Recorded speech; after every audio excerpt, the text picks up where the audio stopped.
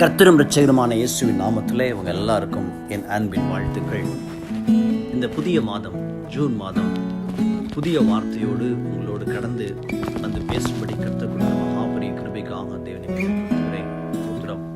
இந்த புதிய மாதமானது கர்த்தர் நமக்கு சொல்லுகிற வார்த்தையை நாம் கவனமாக கேளுங்கள். வேதத்துல எபிரேயர் 13ஆம் அதிகாரம் 6ஆம் வசனத்தினுடைய மத்திய பகுதியில் பார்க்கிறோம். கர்த்தர் எனக்கு சகாயர், நான் பயப்படேன். கர்த்தர் எனக்கு சகாயர், நான் பயப்படேன். இந்த வார்த்தை தான் இந்த மாதத்துல கர்த்தர் நாம் தியானிக்க, நாம் சொல்ல, சிந்திக்க, பேசும்படிக்கு விரும்புகிற வார்த்தையா இருக்கிறது. வேதத்தில் அநேக வார்த்தைகள் இருக்கிறது, அநேக வாக்குத்தத்தங்கள் இருக்கிறது. ஆனா இந்த வார்த்தை கர்த்தர் இந்த மாதத்துல நம்ம ஒவ்வொருவரும் நினைவு கூறும்படிக்கு கர்த்தர் சொல்ற வார்த்தையா இருக்கிறது. எபிரேயர் 13ஆம் அதிகாரத்துல அந்த வார்த்தையை நீங்க திரும்பவும் வாசிங்க. கர்த்தர் எனக்கு சகாயர், நான் பயப்படேன். கர்த்தர் எனக்கு சகாயர், நான் பயப்படேன். அல்லேலூயா. உங்க தேவைகள் எப்படிப்பட்டதா இருந்தாலும் முந்தின வசனம் பார்க்கும்போது உன்னை விட்டு நான் விலக மாட்டேன், நான் உன்னை கைவிடுவதும் இல்லை நான் சொல்றாரு. நம்ம பாருங்க, அவர் நமக்கு சகாயர் அப்படின்னா சகாயம் செய்கிற ஆண்டவர், உதவி செய்கிற ஆண்டவர்.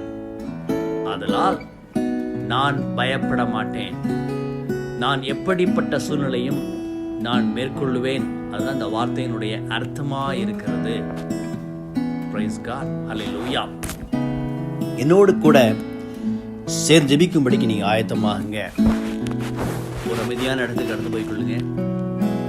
இந்த வார்த்தையை யோசிச்சு ஜெபிக்க ஆரம்பிங்க. நீங்க முதலாவதாக தேவனை மையப்படுத்தும்படிக்கு, அவரை துதிக்கும்படிக்கு நம்ம ஆயத்தமாகலாம். அவரை மகிமைப்படுத்துங்க. உன்னதமான தேவனை, உயர்ந்த தேவனை, வாக்குமாறாதவரை, நீதியுள்ள ராஜனை மகிமைப்படுத்துவோமா? அவர் சேனைகள் கர்த்தராயிற்றே, அவர் மகிமையுள்ள ஆண்டவராயிற்றே, ஒருவரும் சேரக்கூடாத ஒளியிலே வாசம் பண்ணுகிற ஆண்டவராயிற்றே, நாம் அவரை மையப்படுத்துவோமா? ஹல்லேலூயா, ஹல்லேலூயா, ஹல்லேலூயா, ஹல்லேலூயா, ஹல்லேலூயா. நன்றி ஆண்டவரே, நன்றி அப்பா, ஸ்தோத்திரம் தகப்பனே. அப்பா, இப்பொழுது என்னோடு ஆண்டவரே இந்த இணைப்பிலே ஆவியிலே இணைந்து கொண்ட ஒவ்வொரு பிள்ளைகளுக்காக ஸ்தோத்திரம். இந்த புதிய மாதத்தில் அப்பா ஆண்டவரே, நீ சொல்ற வார்த்தையின்படி கர்த்தாவே, நீர் எங்களுக்கு சகாயர், நாங்கள் பயப்பட மாட்டோம்.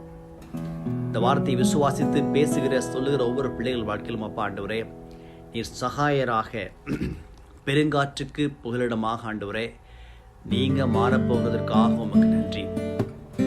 விசேஷமாக அப்பா ஆண்டவரே, பண தேவைகளில், குழப்பங்களில், சமாதான உண்மைகள் ஆண்டவரே வாழ்கிற ஒரு பிள்ளைகளுக்காக ஜெபிக்கிறேன். கர்த்தர் அப்பா சகாயரா இருங்க. எப்பொழுது என்ன தேவையோ அதை கர்த்தர் கொடுத்து உங்கள் பிள்ளைகளை அப்பா ஆசீர்வதிங்க, அங்கீகரிங்க ஆண்டவரே, ஸ்தோத்திரம்.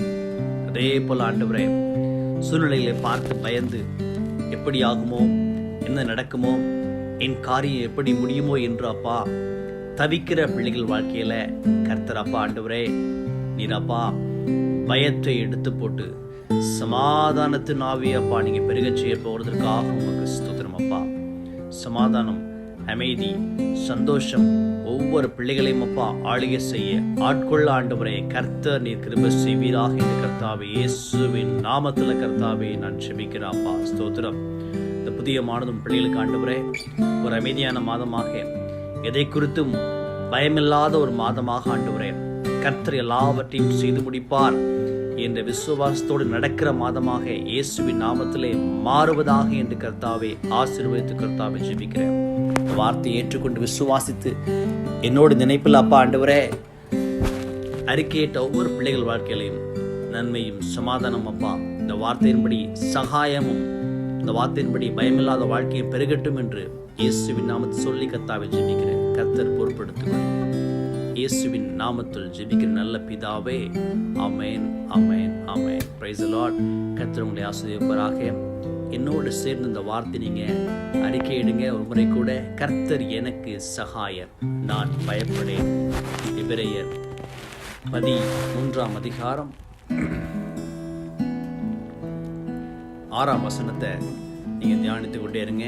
கர்த்தர் இந்த மாதத்தை ஆசீர்வாதமாக வெற்றியாக முடிய பண்ணுவார். அல்லேலூயா, ஸ்தோத்திரம், பிரைஸ் காட்.